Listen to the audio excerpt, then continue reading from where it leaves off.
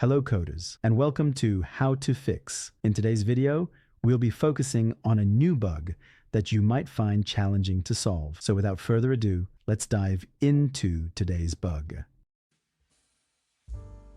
Let's now execute code 1 to generate the error and observe the outcome. Now, here's the breakdown and the fix for the issue. Feel free to pause the video to read through the explanation. Let's adjust the code now and watch the outcome it yields.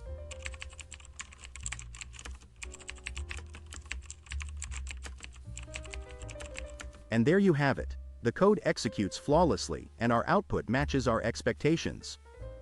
No more error. That's all for today's session. If you found this guide beneficial, please like the video and join our channel for more how to fix coding videos. Always stay eager, continue your learning journey, and enjoy your coding experience.